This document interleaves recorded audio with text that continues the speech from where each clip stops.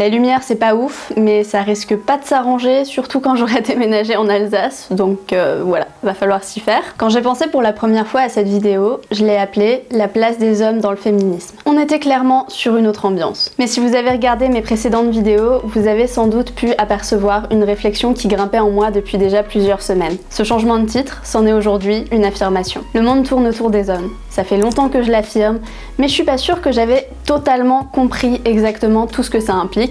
Et c'est peut-être toujours pas le cas aujourd'hui, mais j'ai l'impression d'en avoir au moins une idée un peu plus précise. Dans un second temps, j'ai voulu l'appeler « Les hommes sont nos ennemis », et puis en écrivant le script, je me suis questionnée, et heureusement d'ailleurs, parce que sinon j'aurais vraiment écrit de la merde. Nous vivons dans une société patriarcale. Je ne vais pas tenter de le prouver ici et je ne le ferai jamais dans une vidéo dédiée, tout simplement parce que l'ensemble de mes vidéos forment un faisceau de preuves pour attester de l'existence du patriarcat, celles que j'ai déjà publiées comme celles que je publierai à l'avenir, ainsi que toutes les occurrences de femmes ou de personnes LGBTQI+, qui s'expriment à ce propos. Nous vivons dans une société patriarcale. Nous vivons dans une société qui est faite par et pour les hommes cis. Mais quand même, un peu plus, les hommes cis hétéros. Un système qui domine et exploite les femmes, mais pas que. Un système uniquement envisagé et construit par le regard masculin, et je parle évidemment ici de masculinité hégémonique, je parle donc de la vision patriarcale de la masculinité. Si j'avais appelé ma vidéo « La place des hommes dans le féminisme », j'aurais concentré mon discours sur le point de vue des hommes. En l'appelant « Les hommes cis sont nos ennemis », je vais donner tout autant d'informations sur la place que peuvent prendre les hommes dans le féminisme, mais en réaffirmant mon propre point de vue et ma propre place de femme dans ce système.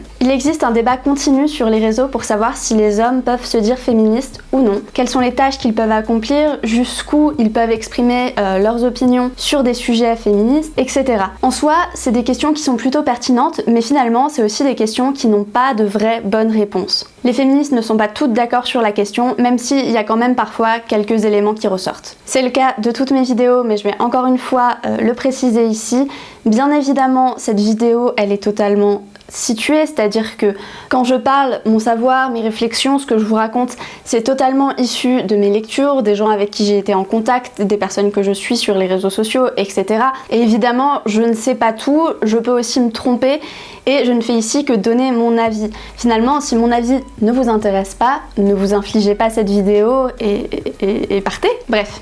Aujourd'hui, je vais commencer par vous expliquer pourquoi je précise les hommes cis, ce qui devrait me permettre quand même de vous glisser pas mal d'informations sur le fonctionnement du patriarcat. Ce sera aussi l'occasion de faire un rapide rappel des places qu'ont les hommes et les femmes dans le patriarcat. Puis très rapidement, on essaiera de définir de manière globale ce que sont les féminismes et les objectifs qu'ils peuvent avoir. Ce sera intéressant ensuite d'expliquer la manière dont les hommes peuvent s'impliquer dans le féminisme, mais je le ferai pas ici tout simplement parce que même si elle est pas de très bonne qualité, j'ai déjà fait une vidéo sur le sujet que je vous mettrai dans le petit i. Avant de commencer tout ça, je vais quand même rappeler le fait que la manière dont on envisage, la manière dont on conçoit qui peut se dire féministe dépend bien évidemment de nos conceptions du patriarcat, de nos conceptions du féminisme. Pour commencer directement, pour moi, une chose est sûre, les hommes cis ne devraient pas se dire féministes. Évidemment, j'ai clairement pas le pouvoir de les en empêcher et j'ai pas du tout envie non plus d'en faire mon cheval de bataille. Ceci dit, si vous êtes un homme cis et que vous vous revendiquez féministe, vous n'avez pas non plus le pouvoir de m'empêcher de ne ressentir que du mépris à votre encontre. Et puis finalement, je dis ça, mais je suis franchement pas sûre que vous soyez très nombreux à regarder mes vidéos, donc je pense pas que la question se pose réellement. On m'a reproché à plusieurs reprises de ne pas m'exprimer sur la question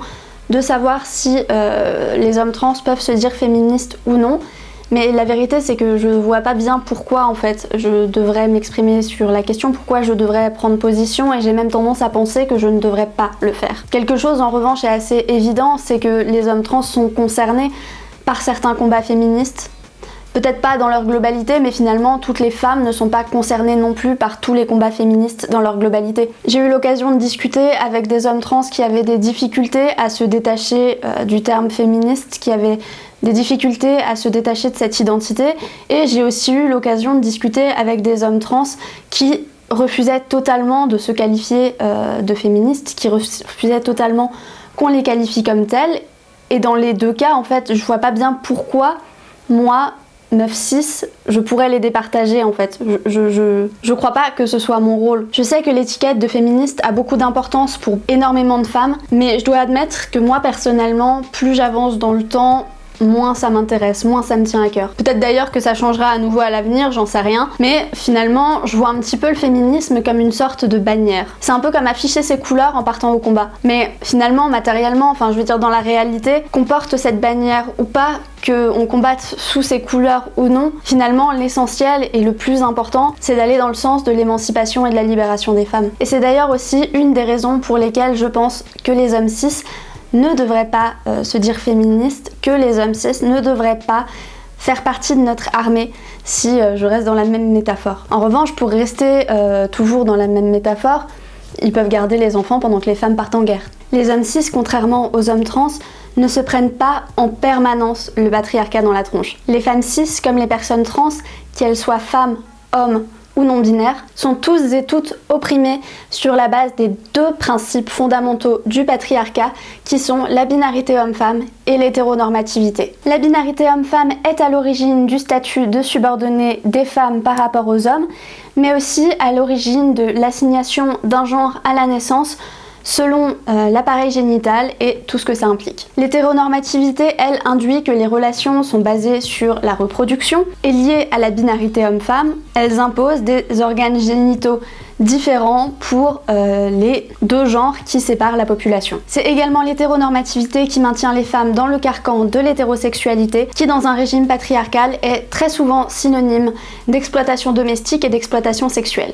Les hommes cis, gays ou bi, eux par contre, ne sont pas impactés par la binarité homme-femme. Au contraire, pour la plupart, ils en tirent même profit. Finalement, c'est le principe d'hétéronormativité qui est à l'origine de leur oppression. C'est pour ça que bien qu'ils puissent être proches des luttes féministes, bien qu'ils ont des intérêts communs avec les luttes féministes, je ne pense pas qu'ils devraient se revendiquer féministes, puisqu'à bien des égards, ils tirent profit de l'exploitation des femmes et qu'ils ne sont donc pas oppressés par les deux principes fondamentaux du patriarcat, mais par seulement l'un des deux. Ce qui ne veut absolument pas dire que c'est facile à vivre. Les hommes trans peuvent obtenir certains privilèges des hommes cis, certes, mais ils restent néanmoins, dans tous les cas, impactés par la binarité homme-femme et l'hétéronormativité. Et on sait d'ailleurs qu'il existe aussi des inégalités entre les femmes qui induisent que certaines femmes tirent profit d'autres femmes.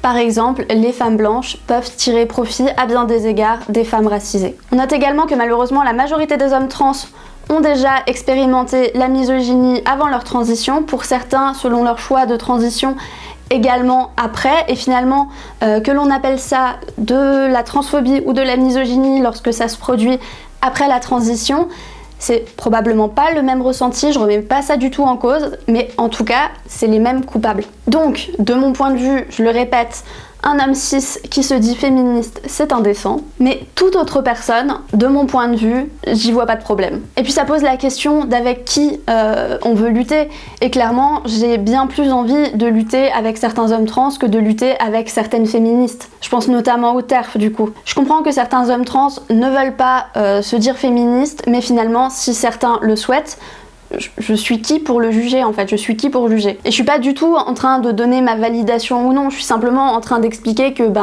justement ma validation n'a pas d'importance, autant que mon refus ne devrait pas avoir d'importance non plus. D'ailleurs, si vous êtes une personne trans, que vous soyez un homme, une femme, que vous soyez non-binaire et que vous avez des choses à dire sur le sujet et que vous voulez que je le relaie, n'hésitez surtout pas à me le dire, ce sera fait. Bref.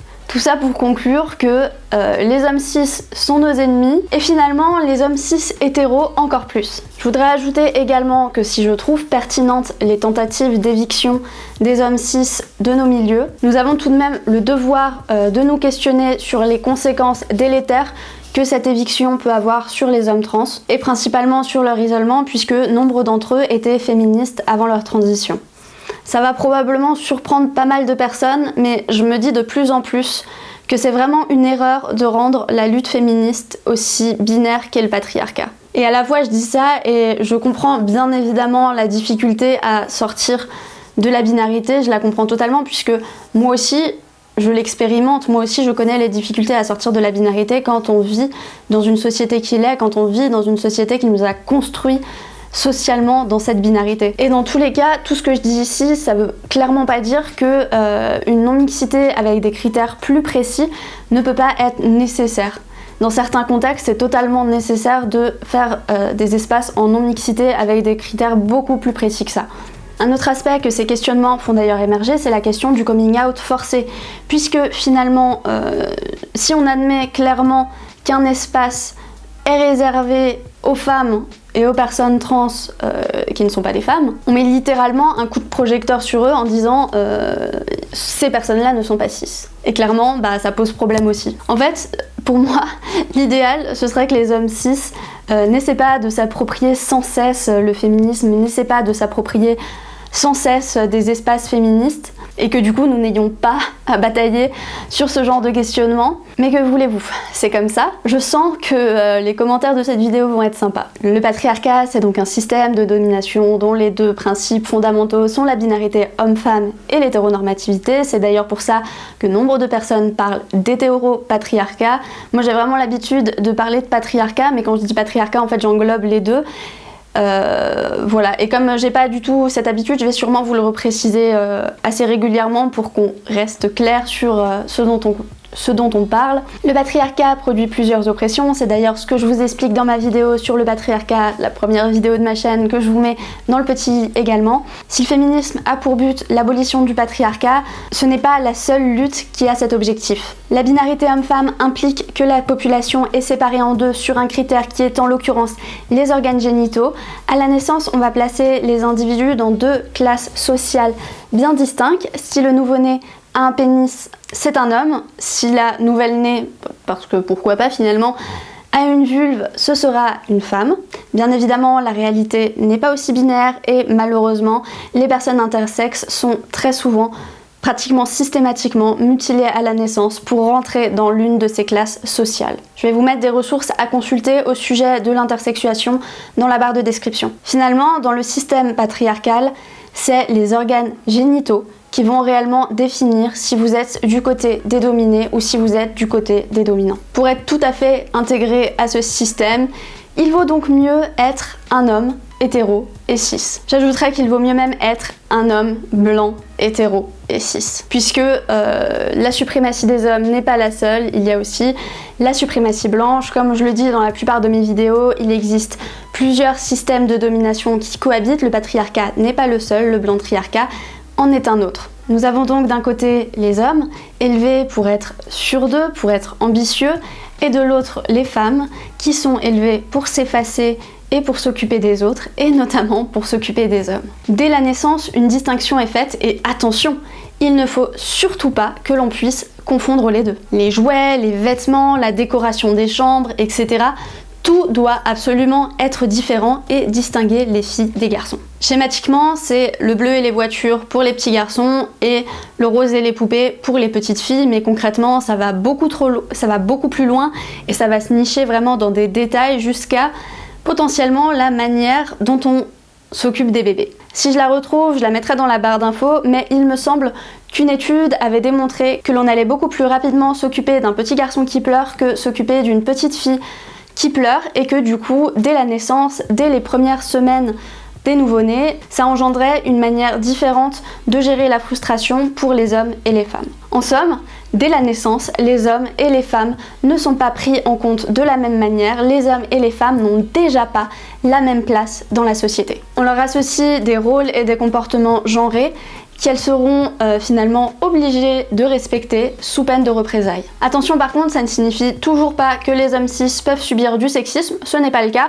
Pour les hommes trans, ça se discute, certains diront que c'est de la transphobie si ça a lieu après la transition. Honnêtement, je ne sais pas. Le sexisme est une oppression, et les oppressions s'inscrivent dans des systèmes de domination qui rendent les discriminations que les femmes subissent presque systématiques. C'est-à-dire qu'en faisant partie d'une population opprimée, il est pratiquement impossible que vous ne subissiez pas des discriminations liées à cette oppression au moins une fois au cours de votre vie. Si la masculinité est toxique et qu'elle peut dans certains cas causer du tort aux hommes, ce n'est quand même pas du sexisme anti-homme, c'est simplement le contre-coup de la domination masculine. Ça ne veut pas dire que ça ne peut pas être difficile à vivre pour les hommes concernés, ça veut simplement dire que c'est un tout autre contexte et que ça ne peut pas et ne doit pas être mis en parallèle. Un homme cis qui subit certaines discriminations ponctuelles parce qu'il ne rentre pas dans le modèle masculin hégémonique profitera néanmoins de manière systématique de l'exploitation et de l'oppression des femmes dans d'autres sphères. En revanche, je le précise, il existe des oppressions qui touchent les hommes cis. Le racisme par exemple, ou encore le validisme, etc. Je ne cherche en aucun cas à nier le fait que les hommes peuvent être opprimés, même si bien évidemment je préférerais que ce soit pas le cas aussi d'ailleurs. Pour ce qui est des objectifs du féminisme, je pense qu'on va faire rapide parce que je crois que cette vidéo est déjà bien assez longue, en tout cas moi je commence à en avoir marre de filmer. De toute façon, si vous avez des questions ou des suggestions, je vous invite à les mettre dans les commentaires, j'essaierai de vous répondre au mieux ou éventuellement de refaire des vidéos pour y répondre de manière plus précise. Donc, le principal objectif des féministes, c'est l'abolition du patriarcat. Je pourrais m'arrêter là, mais je vais quand même expliquer un chouïa. Toutes les féministes ne l'expriment pas de la même façon, mais concrètement, si vous dites que vous voulez l'égalité homme-femme, ça passe par l'abolition du patriarcat. Si vous dites que vous voulez la libération et ou l'émancipation des femmes, c'est pareil, etc. En réalité, les choses qui diffèrent réellement entre les féministes, ça va plutôt être les moyens de parvenir à cette abolition ou alors ce que cette abolition signifie réellement en pratique. Je vais pas aller plus loin parce que en fait ça nécessiterait que je vous fasse un cours sur tous les différents féminismes et ça prendrait beaucoup trop le temps. C'est pas exclu que j'en reparle dans d'autres vidéos, mais je pense que vous avez l'idée. On l'aura compris, le féminisme a donc pour but la fin de la domination masculine, une domination masculine qui implique donc que les hommes tirent profit des femmes. Et donc la question que je souhaiterais vous poser, c'est est-ce que les employés en grève à la Poste lutteraient main dans la main avec leur directeur? Est-ce que les zadistes de Notre-Dame-des-Landes auraient dû inviter le PDG de Vinci dans leurs réunions, dans leurs différents processus d'organisation? Non, évidemment que non. De la même façon que lorsqu'on s'organise, que lorsqu'on milite, on va clairement pas le faire avec les hommes cis. Qu'ils le veuillent ou non, leur intérêt n'est pas dans l'abolition du patriarcat. Même s'ils sont gays ou bi d'ailleurs. S'ils sont gays ou bi, c'est finalement uniquement l'abolition de l'hétéronormativité qui améliorera leurs conditions. Ils n'ont pas besoin de l'abolition de la binarité homme-femme pour ne plus être opprimés. Et finalement, même s'il existe réellement des hommes de suffisamment bonne volonté qui veulent réellement l'abolition du patriarcat et qui savent réellement ce que ça implique, parce qu'il y a aussi beaucoup d'hommes finalement qui disent souhaiter cette abolition-là, mais qui ne savent pas réellement ce que ça implique et qui finalement vont assez rapidement changer d'avis quand ils vont comprendre ce que ça implique. Même si vous existez en fait, ce que j'espère, on peut pas en être sûr. Et finalement, si quelques meufs décident de vous faire confiance, tant mieux. Et tant mieux pour ce moment où du coup, vous pourrez éventuellement faire des choses peut-être qui auront un certain impact, je sais pas. Tant mieux. Mais ça change rien. Vous avez quand même un certain potentiel de nuisance qui fait que souvent, en fait, il vaut mieux s'en passer. En fait, je pense pas qu'il faille totalement exclure les hommes cis de partout. Évidemment que non. Simplement, je pense que vous avez un potentiel de nuisance suffisamment important pour qu'il y ait des espaces où c'est mieux qu'on fasse sans. Ça veut du coup pas dire du tout que toutes les manifestations, toutes les conférences et tout ce que vous voulez doivent être en non-mixité, pas du tout. Mais simplement que des espaces sans hommes cis sont nécessaires dans certains contextes. Au même titre d'ailleurs que des espaces sans personnes cis, des espaces sans personnes blanches et même des espaces parfois avec des critères bien plus précis peuvent être nécessaires. Que ce soit pour de l'organisation, que ce soit pour du soutien, que ce soit pour du témoignage, peu importe les raisons finalement. Je vais m'arrêter là. J'ai beaucoup traîné sur le début de la vidéo, sur les premières parties, parce que je voulais que les choses soient vraiment très claires. C'était quelque chose, peut-être que j'avais un peu des difficultés à formuler, du coup il m'a fallu beaucoup de mots pour le faire. Et puis j'ai un petit peu fait un sprint à la fin parce que les informations me semblaient suffisamment simples pour que ce soit assez clair comme ça. Vous me direz dans les commentaires ce que vous avez pensé, vous me direz si vous avez compris cette vidéo, si vous avez compris où je voulais en venir. J'ai l'impression que c'est quand même relativement clair que finalement je suis pas sûre que les hommes dans leur globalité soient nos ennemis en fait. Les hommes cis sont nos ennemis, c'est sûr, ça c'est certain. Mais après franchement je sais pas, j'ai l'impression que certaines femmes sont mes ennemies aussi, donc voilà. Dites-moi ce que vous en pensez, dites-moi si vous avez des questions, surtout n'hésitez pas, j'essaierai de vous répondre. Il y a une coccinelle sur mon lit. J'essaierai de vous répondre et surtout si elle vous a plu, abonnez-vous à la chaîne, n'hésitez pas à liker, commenter, tout ça. C'est toujours hyper encourageant de toute façon d'avoir vos retours. Aujourd'hui, à la base, on était censé faire une vidéo beaucoup plus chill, je voulais pas parler de militantisme, mais en ce moment rien ne va, donc je me suis permis de totalement éclater le planning. Si tout va bien, mais soyez pas trop optimistes non plus, mercredi je devrais sortir enfin ma série sur la précarité des femmes avec laquelle je vous rabâche les oreilles, en tout cas la première vidéo de cette série qui portera sur les inégalités entre les femmes, qui sortira donc normalement mercredi si tout va bien. Voilà, j'espère que vous avez passé un bon week-end, à bientôt.